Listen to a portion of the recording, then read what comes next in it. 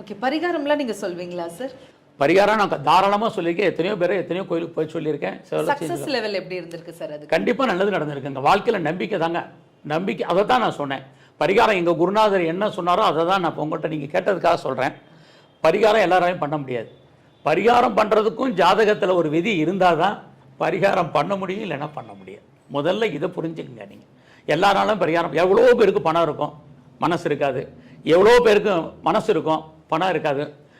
சில பேருக்கு பணமும் இருக்கும், மனசும் இருக்கும். இந்த விதி அவங்கள வேலை செய்யவே விடாது. அப்படி இருக்கும்போது பரிகாரம் எப்படி இதாகும்? அதனால் யாரெல்லாம் பரிகாரம் பண்ணி வாழ்க்கையில் நிவர்த்தி ஆகணும்னு அவங்க ஜாதகத்திலே அதுக்கு விதியே இருக்குது. அவங்க மட்டும்தான் பரிகாரம் பண்ணி அந்த நிவர்த்தி ஆகும். ரெண்டாவது, நிறைய பேர் நானே சொல்ல மாட்டேன், அந்த ஜோசர் சொன்னாங்க, அந்த கோயிலுக்கு போனோம், இந்த கோயிலுக்கு போனோம், நாங்கள் அந்த பண்ணாத பரிகாரம் இல்லை, போகாத கோயில் இல்லை, இப்படியே சொல்லிகிட்டே இருப்பாங்க. காலம் அறிஞ்சு போங்க. எந்த காலத்தில் எந்த டைமில் என்ன கோயிலுக்கு போகணும். இப்போ கல்யாண காலமே எப்போனே தெரியாமல் ஒரு பொண்ணுக்கு ஒரு 27 வயசில் தான் கல்யாணம்னு வச்சுங்க, மேரேஜ் ஆகணும்னு அவளுக்கு இருக்குன்னா, இவங்க பேரண்ட்ஸ் என்ன பண்ணாங்க, அவங்க கடமை முடிக்கிற 23 வயசுலேருந்தே பார்த்துட்டு இருப்பாங்க. அப்போ என்ன பண்ணுவார், ஜோசியர் குரு பேச்சு வரட்டும், சனி வரட்டும், ராகு வரட்டும், வேலை நோக்கம் வரட்டும், ஏதாவது சொல்லிகிட்டே இருப்பாங்க.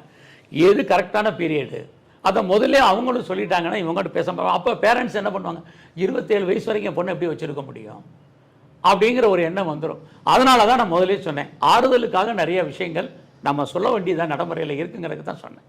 தெளிவான விளக்கம் சார். இப்போ வந்து அவங்களுக்கு திருமணம் நீங்க சொன்ன மாதிரி செகண்ட் மேரேஜ் அப்படிலாம் இருக்கு அப்படின்னாக்க, ஒரு வாழை மரத்துக்கு தாலி கட்டுறதோ இல்ல தாலி வந்து கொண்டு போய் சாமி உண்டியல்ல போட்டு மீண்டும் அதே கப்பலுக்கு இன்னொரு முறை வந்து திருமணம் பண்ணி வைக்கிறதோ அதெல்லாம் பண்ணா வந்து பரிகாரமா இருக்குமா? அது வந்து என்னன்னு கேட்டீங்கன்னா, இப்போ செப்பரேஷன்ல இருக்கிறாங்க, 2 பேருக்குமே டைவர்ஸ் கோர்ட்டில் போயிட்டு இருக்குன்னு வச்சுப்போமே.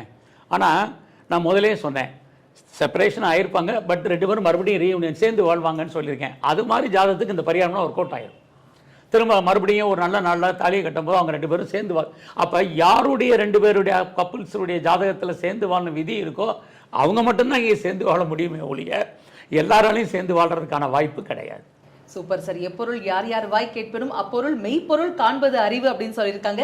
அந்த மெய்ப்பொருள் நாங்கள் எல்லாரும் உணரும் வண்ணம் தெளிவான ரொம்ப பிராக்டிக்கலான விளக்கம் எங்களுக்காகவே கொடுத்துட்டு இருக்கீங்க சார். சார், திருமணம் எதுக்கு சார் செஞ்சு வைக்கிறோம்? குழந்தை வரத்திற்காக தானே. ஈன்ற பொழுதில் பெரிதுவக்கும் தன் மகனை சான்றோன் என கேட்ட தாய் அப்படிம்பாங்க. கேட்கும் போதே எவ்வளவு மனசு மகிழ்ச்சியா இருக்கு சார். ஆனா நிறைய பேருக்கு பாத்தீங்கன்னா இந்த குழந்தை வரம் அப்படிங்கிறது காணல் நீராவே போகுது சார். இதற்கு ஜாதக ரீதியான காரணம் என்ன, பரிகாரம் ஏதாவது இருக்கா? அதாவதுங்க, நீங்க கேட்கறது கரெக்டு. மேரேஜ் பண்ணுறதே நம்ம சந்ததி விருத்திக்காக தான் பண்ணுறோம், வளையடி வளைய குடும்பம் தலைக்கணுங்கிறதுக்கு தான். பட் நடைமுறையில் வந்து இப்போ வந்து என்னன்னு கேட்டிங்கன்னா, நீங்கள் முதல்ல ஒரு கேள்வி கேட்டீங்க, பிளானட்டை பொறுத்த வரைக்கும் யுரேனஸை பற்றி நீங்கள் ஒன்றும் சொல்லலை, அது ஒரு பிளானட்டாகவே இப்போ எடுத்துக்கல அப்படின்னு.